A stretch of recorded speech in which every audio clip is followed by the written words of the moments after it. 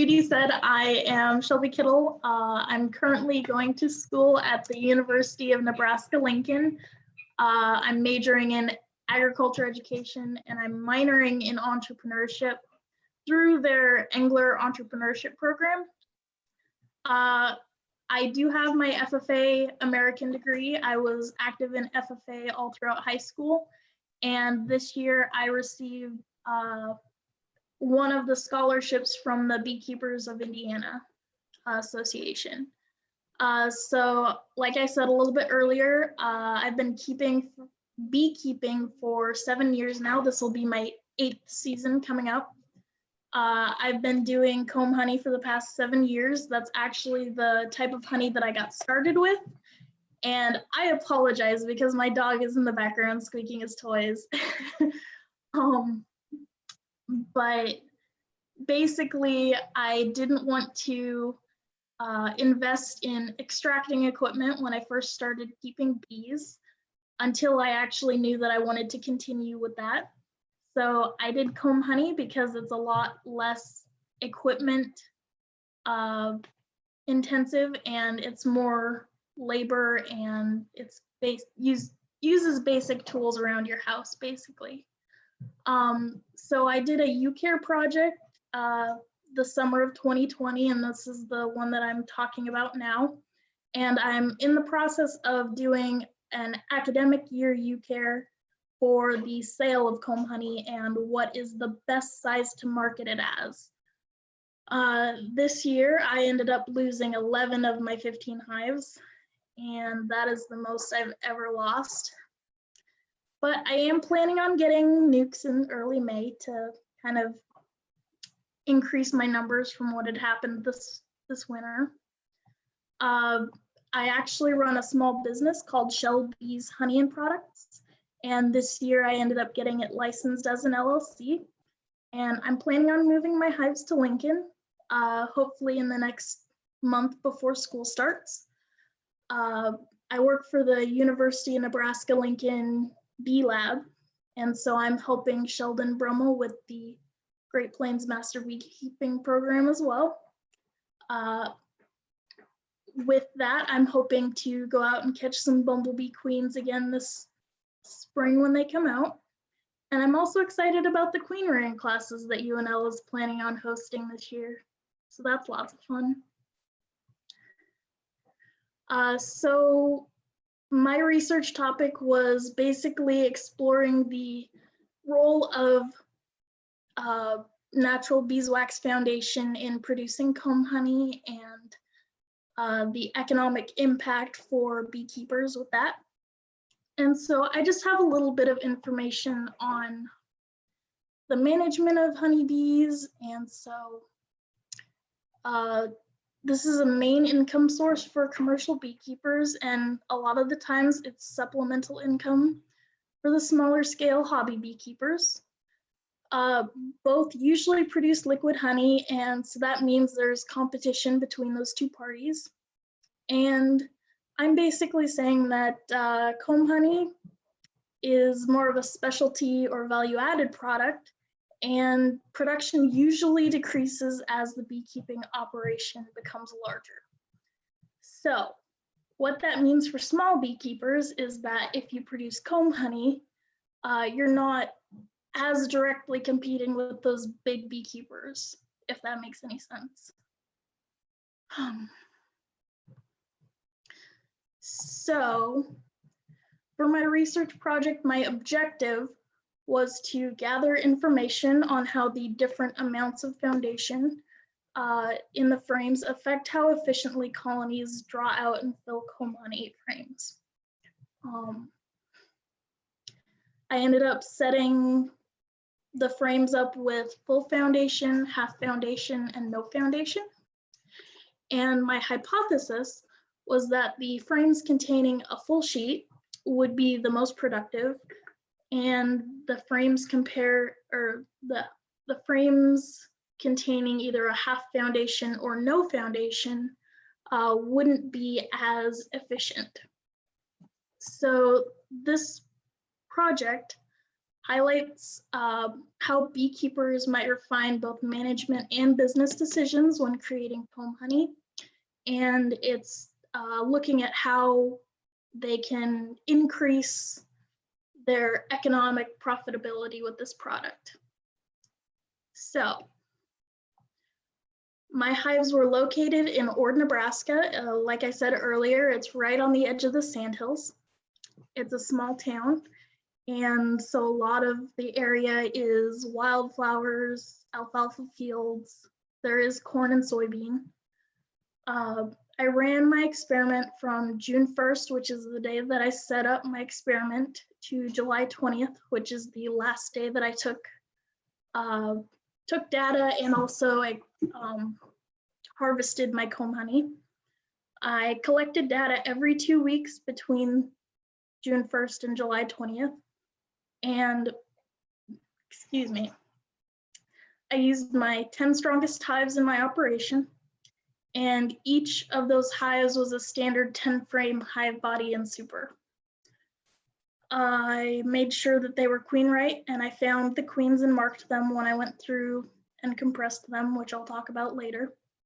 And all of my bees are a mixture between Italian and Carniolan stock.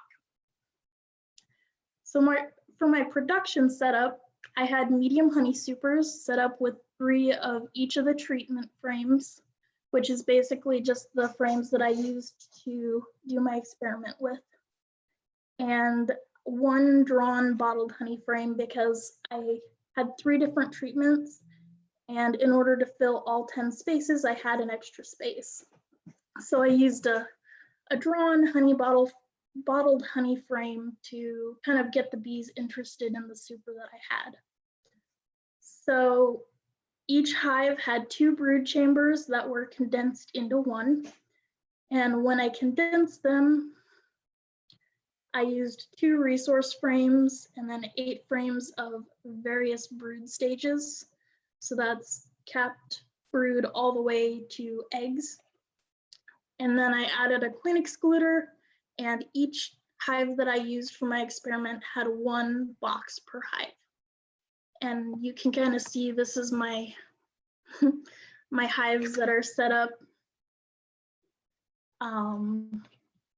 where they are right now. So for my treatment boxes, each box had 3 of the full foundation, 3 of the half foundation, and then 3 of the no foundation frames, with 1 bottled honey frame in the center. And frames were marked with treatment ID and frame position because I didn't want to move any of the frames while I did my experiment. I just wanted to see what they would do with it if they were kept in the same spot through the entire season. So no positions were reversed, and each hive had a randomized order of frames.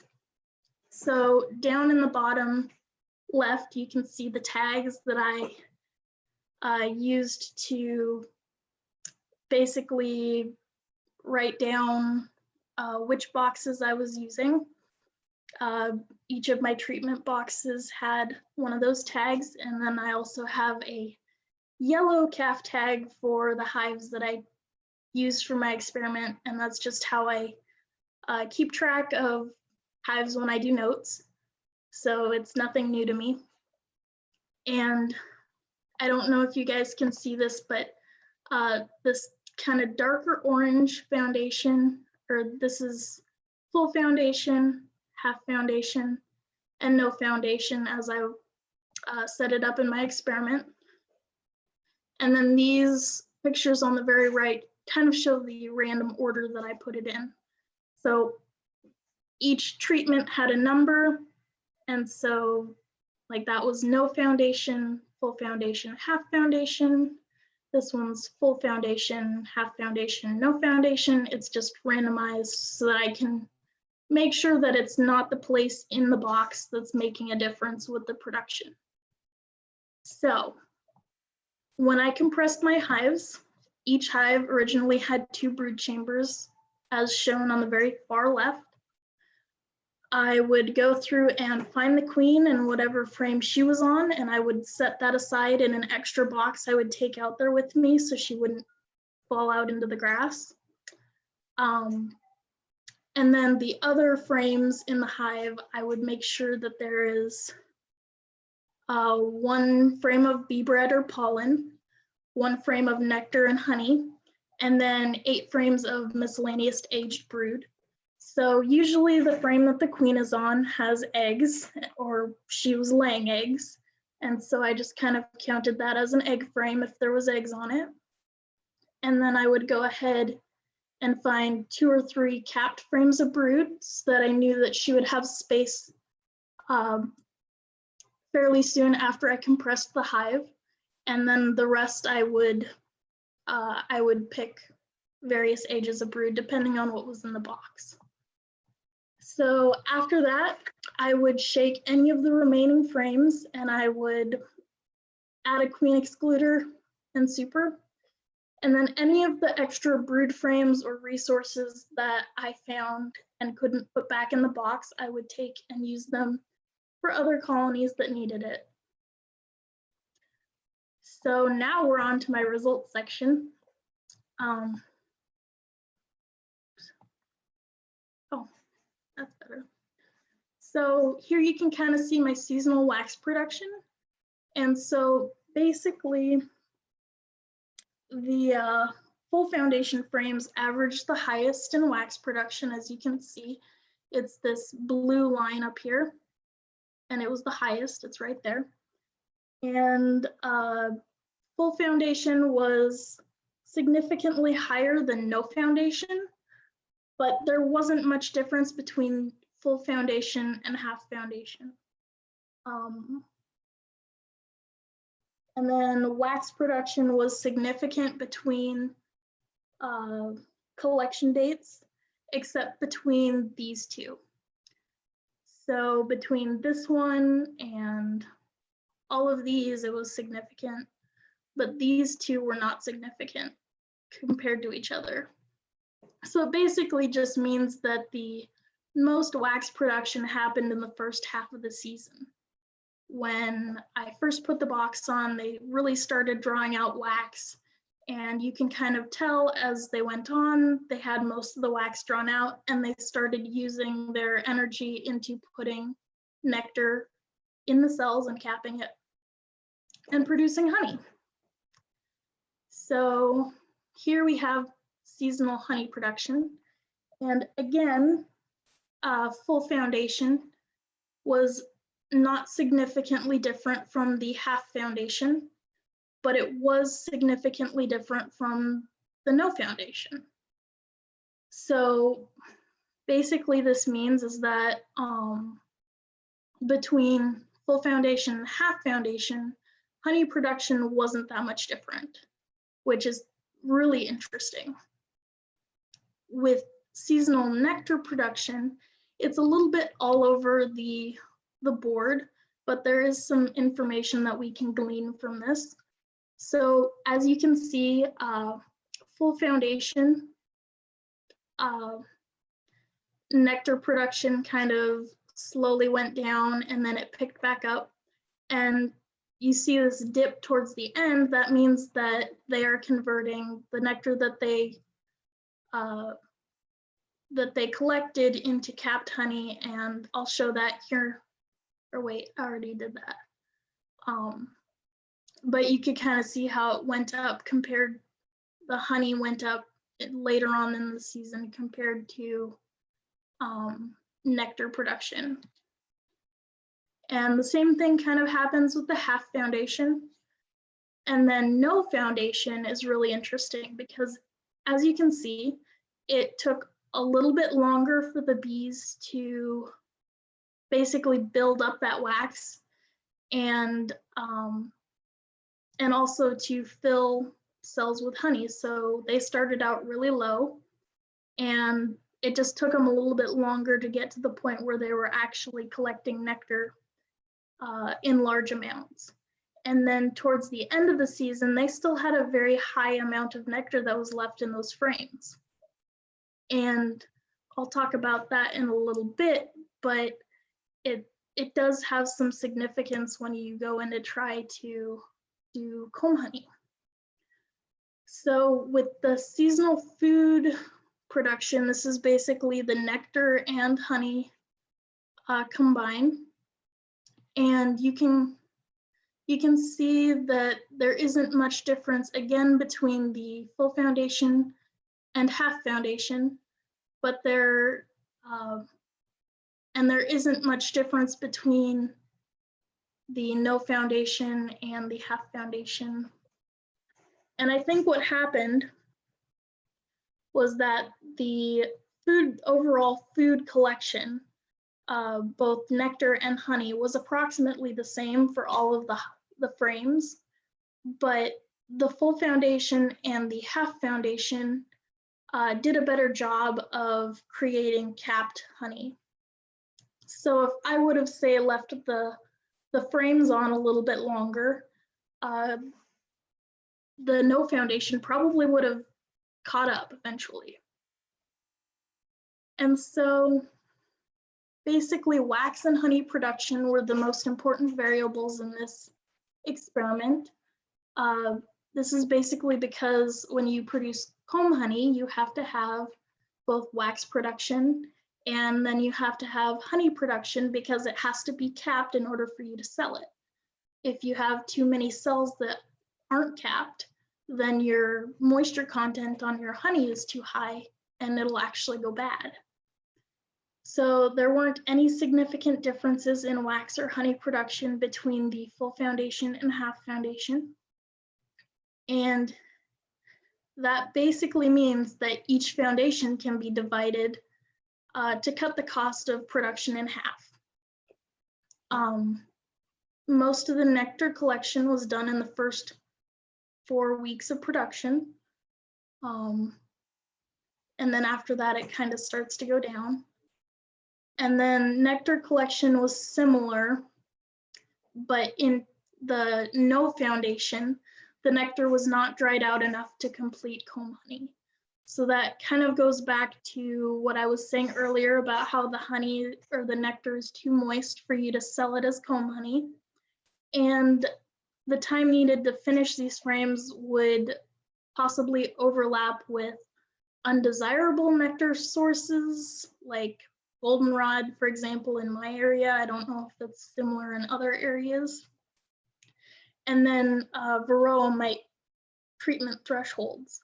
So about the time, like, you basically need to take comb honey off and then go ahead and treat for Varroa right away.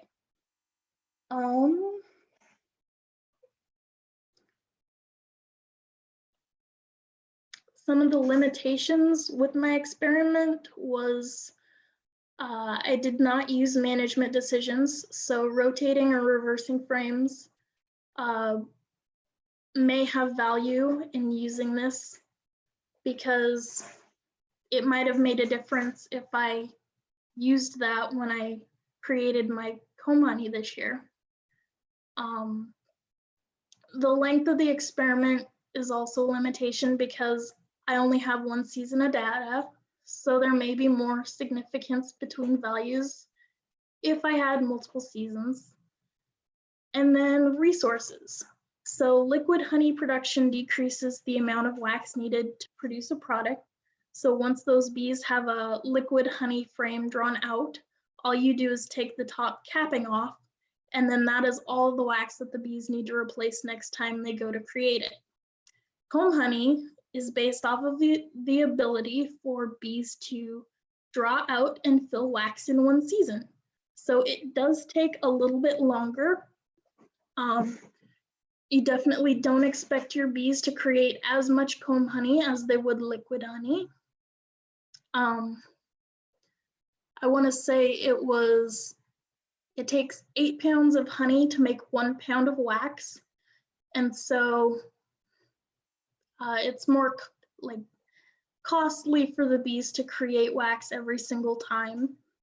And it takes them longer to create that product than it would to create liquid honey.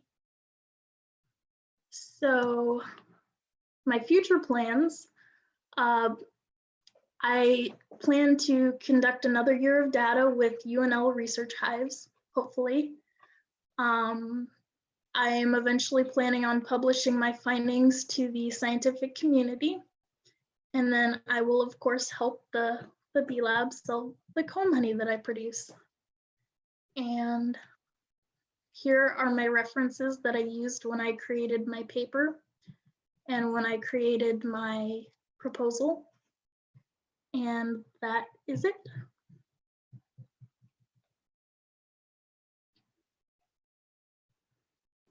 Great job, Shelby. So we already have some questions here. Mike wanted to know if the no foundation treatment meant that it was a naked frame or that there was no starter strip. Yeah, so there was absolutely no foundation used. I did end up taking, when I went through and did my frame setup, I took melted beeswax and I poured it down the very center strip where the foundation would lie on the top of the frame.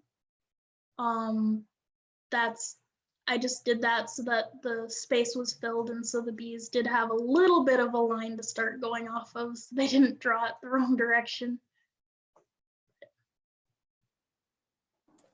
Yep, and if you'd like to ask Shelby a question, go ahead and you can unmute yourself, or go ahead and enter chat questions or questions in the chat box. I have a question, and maybe I missed this at the beginning. Did you monitor hive size or hive populations during the summer, and did they end up being any different?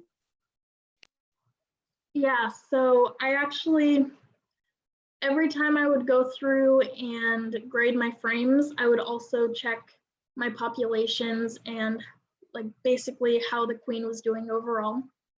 I did have a couple of hives swarm, and I think that was a little bit detrimental to my numbers. And so next year when I plan on doing this again, I'm definitely gonna try and keep that from happening. But I did go ahead and grade the size of the colony. The University of Nebraska-Lincoln Bee Lab has kind of a sheet that they go off of. And so we grade frames of bees, frames of brood, and then resources. And so I went ahead and did that all summer long as well. I don't know if that answers your question. Did you, did the populations maintain relatively similar between the hives, or did you see any differences? Yeah, so aside from when they swarmed, they were all about the same size when I started. I was looking for 12 to 15 frames of bees when I chose the hives that I used for my experiment. They were mostly like 13 or 14 frames of bees. Great, thanks. Let's see, one other question here in the chat is, how did you fix the half sheet of foundation into the frame? Okay, so when I do comb honey, I always melt beeswax, and I take a drinking straw and I just kind of dip it in the melted beeswax, and I put my thumb over the end, and then I run it along the top of the frame where the foundation is kept. Great. Cheryl asks, so perhaps using a half sheet of wax on each frame may save the beekeeper some time and money without reducing comb production. Is that something you would agree with? Yeah, so that's kind of what my experiment showed. The comb honey production between the full foundation and the half foundation was not significantly different when I went ahead and ran the numbers. So that was one of the findings that I had with my experiment. And then Luke is asking, have you ever tried a quarter sheet of foundation? I have not. I started with this experiment kind of last year, just on my own. I did full foundation and half foundation.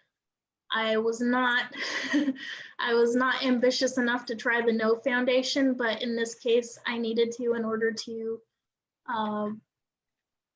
to justify my findings, because it was kind of the control group. Yeah, that would be something, Luke, that'd be something interesting to look into if quarter sheet is just as effective as half sheet. Mhm. Shelby, someone asked, would a starter strip be considered the same as a half sheet of foundation? A starter strip? I'm not sure if I know what that is. It's when they like bead a tiny strip, you know, just a tiny, sometimes they bead wax down, sometimes they cut just a tiny little strip of it. Yeah, so that's similar to what I did with the no foundation frames, although there wasn't any foundation associated with that. I just filled the gap with wax, if that answers your question. Rick Block has a question I'm interested in knowing more about. Do you typically just get one super of comb honey per hive? Or, I mean, how many supers can you throw on there? So I usually stick with one just because it takes the bees so much time to get done. Although this year I actually, a couple of the hives that I had in production for this experiment had most of their frames drawn out by the second week. So the first time I went out and collected data, they were almost done with the super. So it kind of just depends on how strong your hive is. I was really surprised that that had happened, and I probably should have been keeping data every week, but you don't know until you try it. If you had a really, really strong colony, you could probably do 2 boxes. But it really just depends. And your setup, if I remember correctly, is just one deep and one super? Mm-hmm. All of the hives that I had in this experiment were in 2 deeps when I started my experiment June 1st. So up until that point, they had two brood chambers, and then supers if they needed extra space. But they were all taken from 2 brood chambers into 1.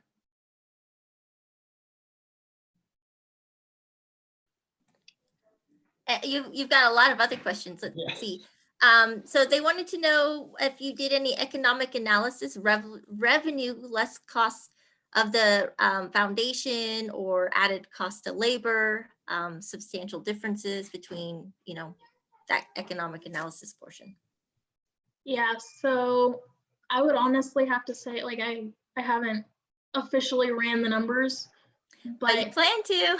Yeah, I plan to, and when I was doing the half foundation versus the no foundation, I feel like it took me about the same amount of time, because when I did my half foundation, I just took the foundation and folded it in half, and that's how I halved it. So it wasn't measuring or anything like that. Yep, and one thing I should mention that Shelby didn't have a chance to talk about in her presentation is that she does have a second UCARE. It's a phase 2 of this plan. So the first plan was the field demonstration to see how effective she could produce comb. Do you want to talk about your second phase? Yeah, so my second UCARE, I kind of mentioned it a little bit.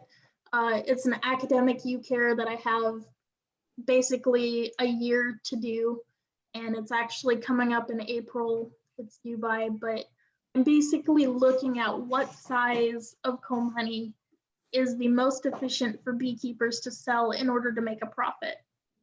So which one is the most economically beneficial, and which one is something Going that off the cells. consumers are looking for. Yeah. Yeah. And so for that experiment, I'm doing 3 different sizes. I have the 1 pound box, like what you would buy off of Man Lake. And then I have a 2 ounce, it's kind of like a little square Ziploc container. And then bite-sized combs that I would typically sell at like State Fair. But when I cut my comb honey, I have these clear plastic, oh, what are they called? They're basically the exact size that I need. They're condiment containers. Huh? Condiment containers. I meant the templates. Oh, yes. Yeah, the cut comb templates. Yep. So I have a piece of plexiglass that I had cut specifically to fit the comb honey box. And then I just have these little thin, cheapy knives that I use to cut it with. And that way I know they're all the right size. I have that for my small comb. And then bite size is basically whatever is left. Whatever capped honey is left on the frame that I didn't put into the 2 other sizes. There was a question regarding that size. I'm sorry, I'm jumping questions here, but Mike had a question about measuring the thickness of the comb, because some of that 4x4 comb weighs 12 ounces and some weigh 20 ounces. So when I sell my comb honey, I label the 1 pound box as 12 ounces because legally, if it's less than that weight, I can get in trouble. But typically customers don't complain if it's over that weight, if somebody happened to measure it. So if it's labeled as 12 ounces and it happens to be 20 ounces of product, nobody's going to complain. And Chris had asked, they didn't hear whether you mixed the treatment frames with the full foundation frames and if it made a difference in production. So in order to test my hypothesis, I actually took all 10 of my boxes and they had a different order of frames for each, because I wanted to make sure that it wasn't the actual place in the box that made a difference, but it was the foundation amount, if that makes any sense. And then Jamie wanted to know, do you think that starting earlier in the season would affect your results? It might. When I got started keeping bees and I did my first batch of comb honey, my mentor who had done it before told me that I needed to start June or July. And it's basically just whenever your really heavy nectar flow happens, because you want those bees to have enough resources in order to draw out that wax. And so that's usually when a lot of I think it's the linden trees around Ord start to bloom. And so that's why I started my experiment at that point in time. Yeah, and great point, because even in a location, blooms tend to change from year to year and season to season. So watching for honey flow is a good sign. Another question was, did you freeze the comb? Yes. Before I cut it, I froze it. I actually did that right away. Then I did my last grading where I was harvesting the comb, basically cutting it. I did take final weights on the comb, so I don't think we ever put that into my experiment data, but I do have that information. Yeah, and that would be a good way to look and see if there were differences in weight and to see if there is a difference between the thickness of those frames there, but you had 10 frames in there squished as far as possible. So there shouldn't be a whole lot of wiggle room for any extra weight then we have a question about, do you remember honeycomb cereal? Actually, I think I do. Randall shaking his head. Shelby, you had another question from Michael. Would your best guess be that if we had an early spring, you would use no foundation, and if we had a late spring, half foundation? I guess I'd never really thought about incorporating that into my data collection, but it might make a difference if the bees have a longer period of nectar flow or a good nectar flow to produce that comb. It might still be viable that way. And again, it just kind of goes back to my data only having one season. I might see a difference if I have 2 seasons of data because there's more numbers to look at that way. Jude, I have a question. Can you hear me? Yep. Sure. This is Mike. Back to my thickness thing. The reason I asked that wasn't so much for selling it to the public, was more from the production end. When I do mine, I usually will put my foundation or my frame between 2 already established frames, just to help them keep it straight and all that. And I was just curious that when you have your whole hive in there, does it get wanky? You know, how do you measure that? So I didn't really have a way of measuring that. I took pictures of all of the frames as I went through the season. Every single time I took data, which I have like 1,200 pictures of just frames on my phone now. But surprisingly, I only had one box that had a little bit of wonky comb. And I think that was because it was one of the hives that probably could have done 2 boxes. I think they were just so gung-ho about it that they collected so much nectar, and they basically took the one drawn bottled honey frame that I had in there and they drew it out really, really thick. And so it actually went into each frame on either side of it. And so it kind of messed it up when I took it out of the box. But that's really the only defects that I've seen, even with the no foundation. But that's kind of why I took all 3 treatments and put them in the same box, is because I never had more than one frame that didn't have foundation.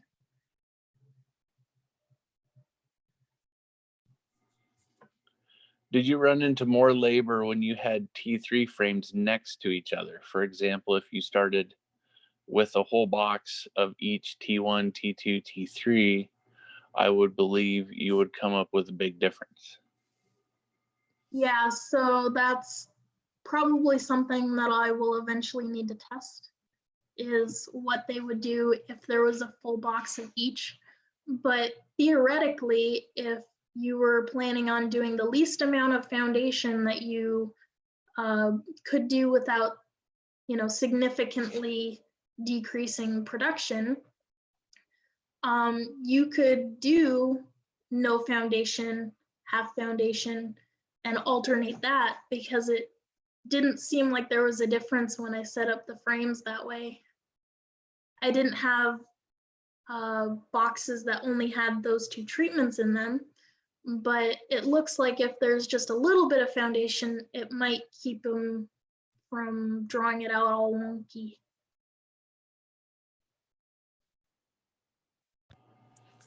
Is a queen excluder a must for comb honey?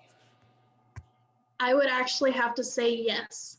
So liquid honey, it kind of makes a difference between the beekeeper, but with you only producing 1 box of comb honey and having the bees so squished into the one brood chamber, I would highly recommend it, because if a queen gets up in your comb honey, then you have eggs in your product, and then they don't fill that with honey. They raise brood in it instead. Plus the fact that if they do raise brood in your comb honey wax, it tastes kind of bitter and nasty. And so you really don't want to be selling that product.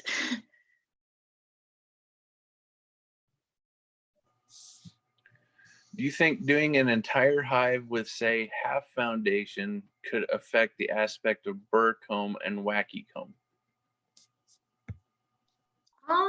It might. I really didn't see any wonky comb when there was say a no foundation with a half foundation. So it might just be that they need something to start out with on either side. I don't know if I had a way of gauging this numerically, but I kind of saw during my experiment that they would skip the no foundation frames and they would work on the full foundation or the half foundation first, and then they would go back to the no foundation frames, which I could probably see that in the pictures that I took, which is why I did take those pictures throughout my experiment. But I don't think there was ever a way that I could numerically justify that, if that makes any sense.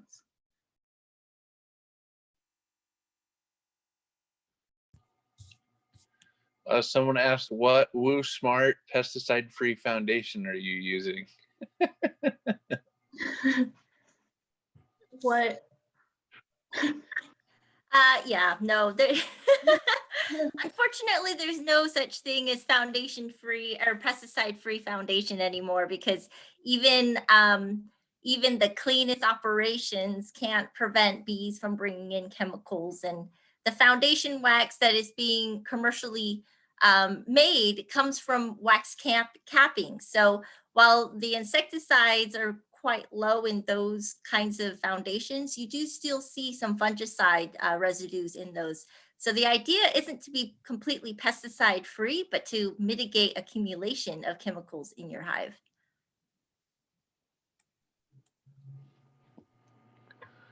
Chris wants to know, did they get honeybound with one deep, or were you checking so often that they weren't likely to swarm?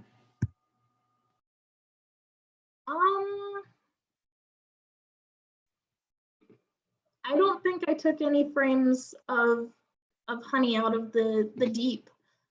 They were mainly working on the foundation. I did start to see some overcrowding issues later on in my experiment, and a couple of my hives I actually didn't catch it in time. So they did swarm on me, and that basically took care of their problem on their own. They did have to requeen, and so that kind of slowed production down for a little bit. I've got 2 hives that the numbers, they were really, really good, and then they kind of stalled. And I think those were probably the hives that they swarmed, is because they didn't have the population to keep building the comb like they were. Wouldn't it stand to reason that since you're doing comb honey, that any extra honey that or nectar that they're bringing in, that's used for wax production, so it wouldn't necessarily plug up the brood nest like you would if you're doing liquid honey. They're using it all for wax production, and then they're storing the nectar in there. That would make sense, because if you think about it, it takes 8 pounds of honey to make 1 pound of wax. So even though they're full, they're using that to create wax scales, and then they're using that to draw out the frames. And so it's kind of condensing the energy per se with whatever nectar that they're producing.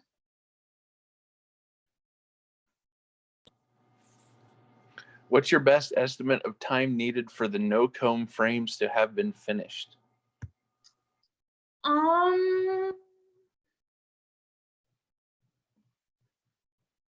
I probably would have started them.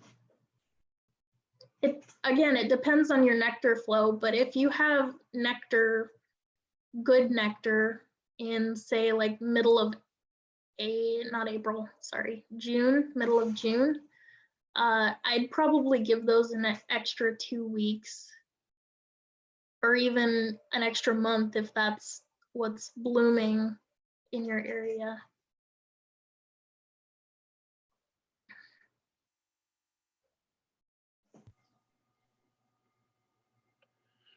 Someone said, the more I think about your study, it appears that mathematically each of your hives only had the equivalent of 9 half sheets. So 3T1, 3T2, 3T3s. And accordingly, it does not seem right to conclude the same number of bees could handle 9 T3 frames. versus 9 T2 frames or 9 T1 frames. Is that correct? That was a lot. Yeah, would you repeat that? They said, the more I think about your study, it appears that mathematically each of your hives only had the equivalent of 9 half sheets. You had 3 T1s, 3 T2s, and 3 T3s, but you had 10 frames, correct? Or no? Yes, so all of my boxes had 10 frames, but 9 of them were my treatment. I had one drawn out bottled honey frame in there just to get the bees like interested in the box. Plus it evened out my numbers when I did my experiment frames. They So said, sorry, go ahead. so they were asking about they were asking about the equivalent of the sheets of wax in each hive. Pretty much, I think. Yeah, so this is where we get kind of deep into the science of things, because if we're looking at the frame, then the frame is kind of what Shelby was looking at rather than the colony. If she wants to look at a colony level and put all one colony with one treatment, that's another whole set of different questions. But yeah, I think that what the question was is, can the same amount of bees that worked your methodology with all 3 types in one colony do the same work as if they were in a super with absolutely no foundation or half foundation or full foundation? That's a really good question. It's a separate question, but really good. It's a separate question. I don't know if they could or not. That I honestly don't know. It would be something that I would have to test.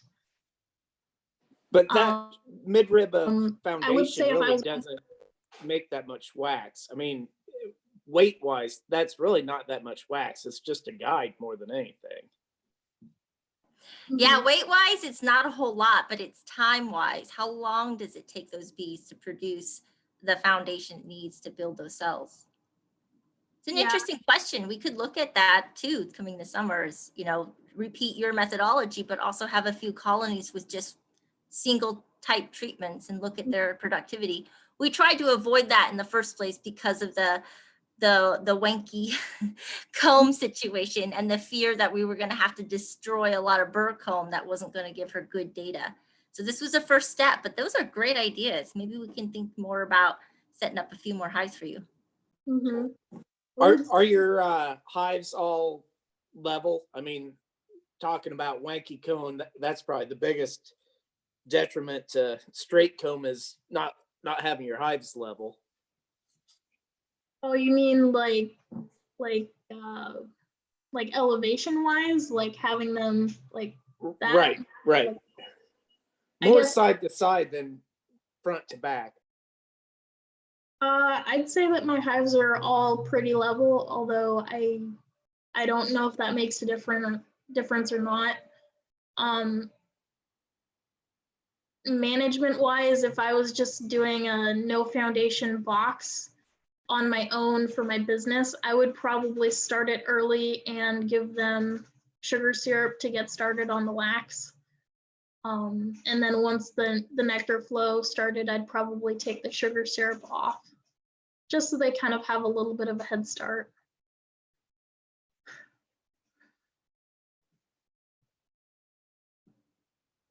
I wouldn't probably do that in my experiment just because that's an extra variable, but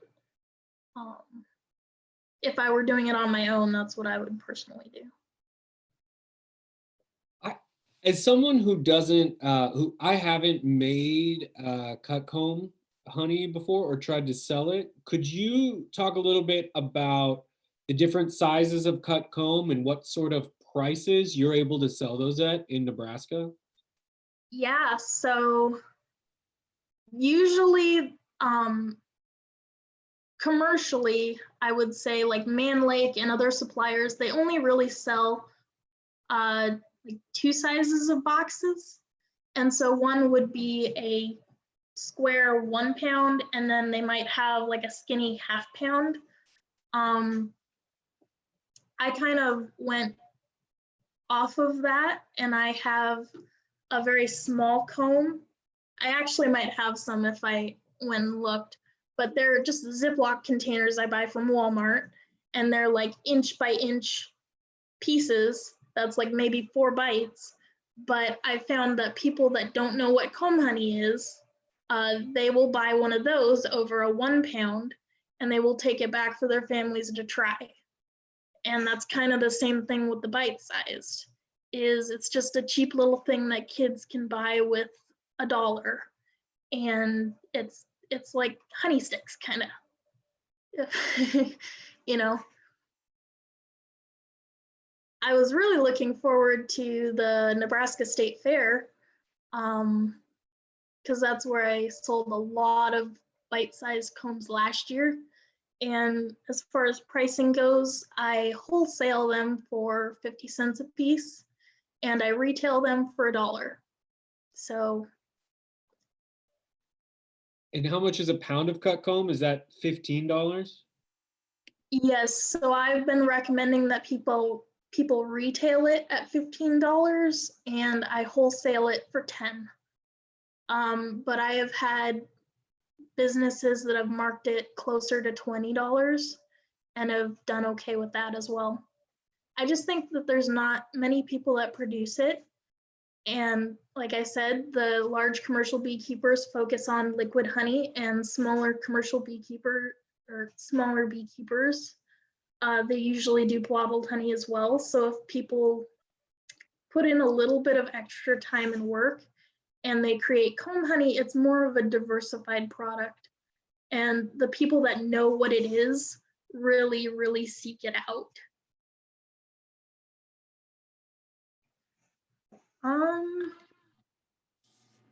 Did you try foundation attached to the bottom of the frame instead of the top?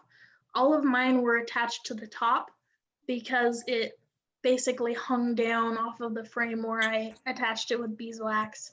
I don't know if it'd work to attach it to the bottom or not, just because it kind of flops around. How established should a hive be to attempt comb honey? Should a first-year hive avoid it?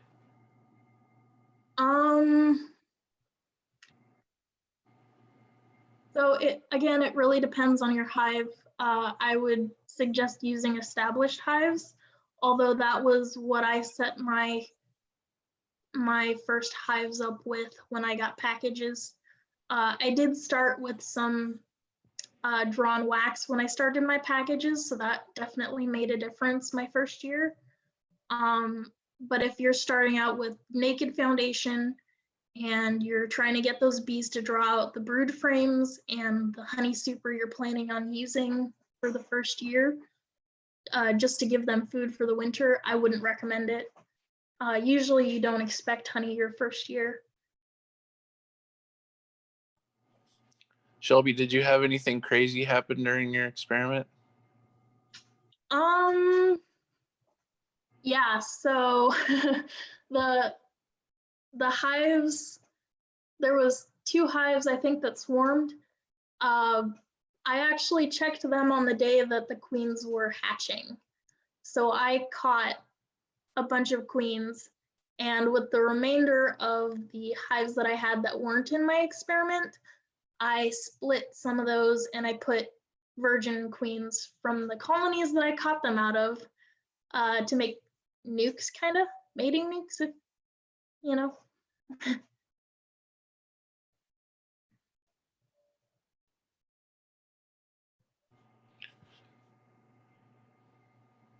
That's pretty cool. Yeah, that's actually happened to me several times since I started keeping bees. I just have great timing, I guess. Somebody said, as for pricing, we use $1 for the box plus $1 per ounce for each ounce of cut comb in the box. This avoids legal issues of placing the correct net weight. Too little cheats the buyer and too much cheats the seller and the bees, and could get in trouble with weight loss, folks. Yeah, so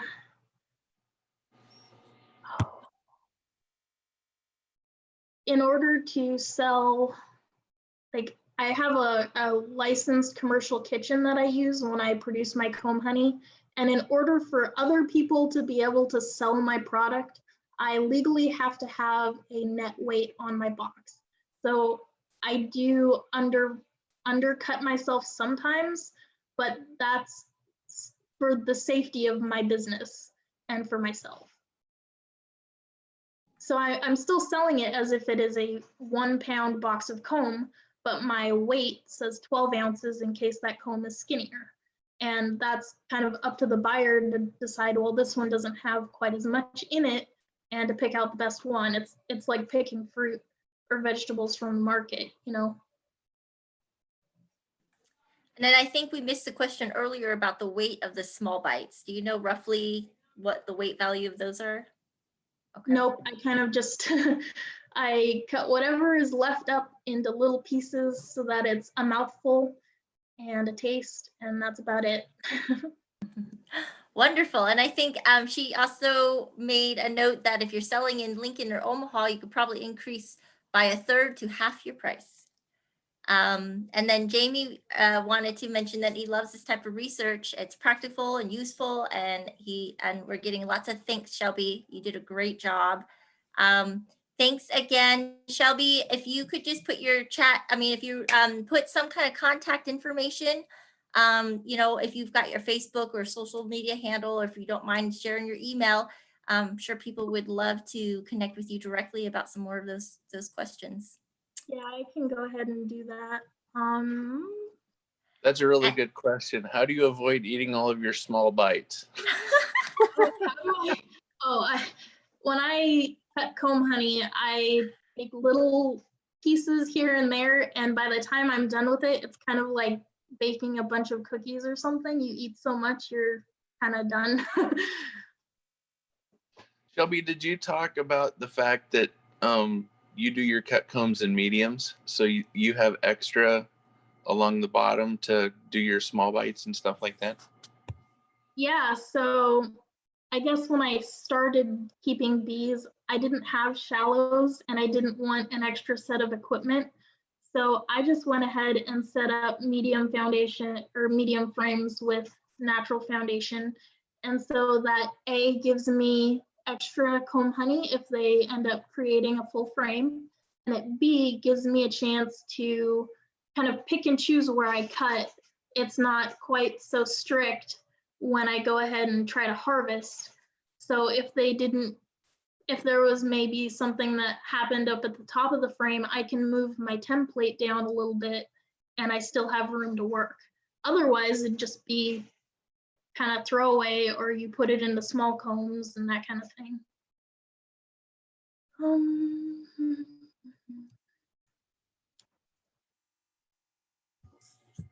Great. And then there was a question about, could you show that picture of that tiny bite? And then we're going to have to kind of end the session shortly here. So let's wrap it up. But I think that, yeah, it would be great to show that photo or slide of the small bites again. And then let's think. I'm sorry? I don't know if I had a slide on it, but I probably have some sitting around here because I've been selling them. So I'm sure I can find one quick. I did put my Facebook and my email address in the chat. Basically, this is just my little bite size, and I get these condiment cups from Sam's Club, and there's like 500 of them for 10 bucks or so, and you have to buy the lids separate, but it cost me like 3 cents to make these, and you can sell them for $1.